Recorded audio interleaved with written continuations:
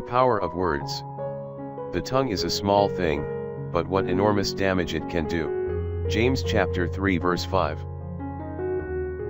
There is a story of a woman in England who came to her vicar with a troubled conscience. The vicar knew her to be a habitual gossip. She had maligned nearly everyone in the village. "How can I make amends?" she pleaded.